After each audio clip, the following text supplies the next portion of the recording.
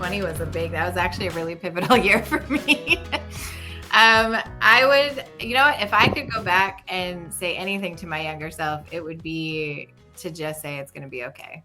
Right. Like, I think that peace of mind of, we weigh every decision and every, am I doing the right thing? Am I screwing up my kids? Is this the right career switch? Should I leave this job? I changed my major a couple of times, just all of the decisions that I made, to know that I was right in trusting my gut, and failing and doing the wrong thing was actually the right thing along the way. And to know, I would just say, like, go easy on yourself. It's going to be okay. Oh my God. Doing the wrong thing is sometimes the right thing. That just gave Absolutely. me chills. Yeah. Relax. Relax. I think certainly when I was 20, I was on a tough academic track. I was waiting for, my career. I couldn't wait for it to get started. But I think the advice I would give would live in the moment. It all does work out. And the same piece of advice I give students today and younger associates is, it's a stepping stone. If you don't like it, you did learn something from your current situation, and it's easy to move. You may not move directly up, you may move sideways, but just relax and get out what you can from each experience. Right. Huh. That's a good question. One piece of advice, that everything will be okay. Everything will be okay. I'm going to get through everything. Life is full of challenges, and absolutely nothing has been easy for me, or I think anyone.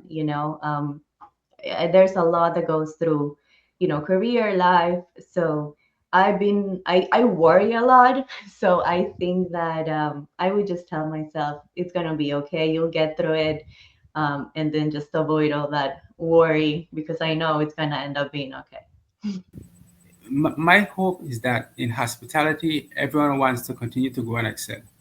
And like I've said, and I said that Saturday, if someone wants to stay in one position for the entire career and they're happy, that's perfectly fine. But if your goal is to learn and grow and to get more increased position of responsibility, then 2 years in any position should be enough. If you go in with the mindset that I'm going to do what I need to do and move on because I want to keep learning and growing and excelling.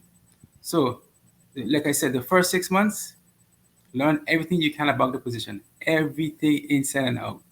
And the second 6 months, become the master at it. The third 6 months is very important. The third 6 months is where you demonstrate how much knowledge you have in that area, how much of a master you are. But what's important is that you teach others as well. Make sure you teach others as well about that same position.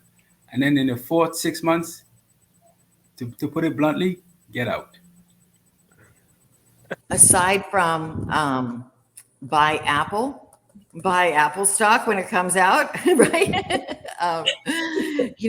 I would tell myself that a few things. One is that whatever I choose, to choose something that I have passion for, right?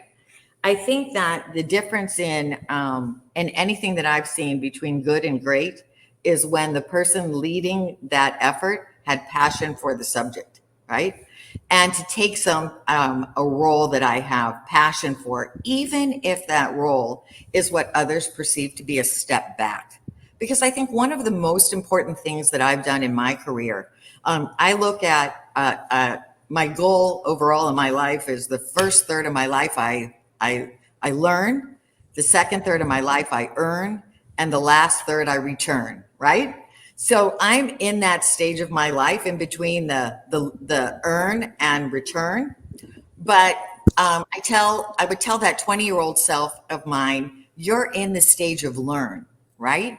And so learning comes from education, which you pay for the privilege of, and then you take a job and you want to learn, right? And you're now getting paid for the privilege of making a difference at that company, but also learning, right? And so take advantage of that opportunity. If it's a step sideways in title, but it gives you the opportunity to learn an entirely new subject, that is a win, right? Because that's education. And again, you're getting paid for it. So some of the most important career decisions that I've made was taking a step sideways, or maybe even some people perceive that to be backwards, right? In something, a topic that I thought I had passion for, and learning about it. So I've worked in operations, I've worked in revenue management, and make sure that you've had sales and marketing, a little international experience. Take on that assignment, that role, that initiative that's out of your comfort zone. Because if it feels good and easy, I say run, right? Because that's not what you need to grow and learn. You want to have something that feels challenging and that feels difficult, but also that you have passion for and that you feel like you can make a difference and leave your stamp. So I would give myself permission to do that, to go sideways and backwards, to go forward. I think, that. Oh gosh, I shared this with somebody the other day, and I would tell her, don't let fear of change like stop you from like doing something different out of your comfort zone, you know? And I had a crazy opportunity to live outside the country, and it's outside the country, you know, like it was different. Mom and dad were probably going to have to visit me, you know, I don't know, when I took a vacation, but I look back and I'm like, why did I stop myself? And I think it was just change, you know, and afraid to take that leap, and, you know, not being able to just be by myself in a whole new country.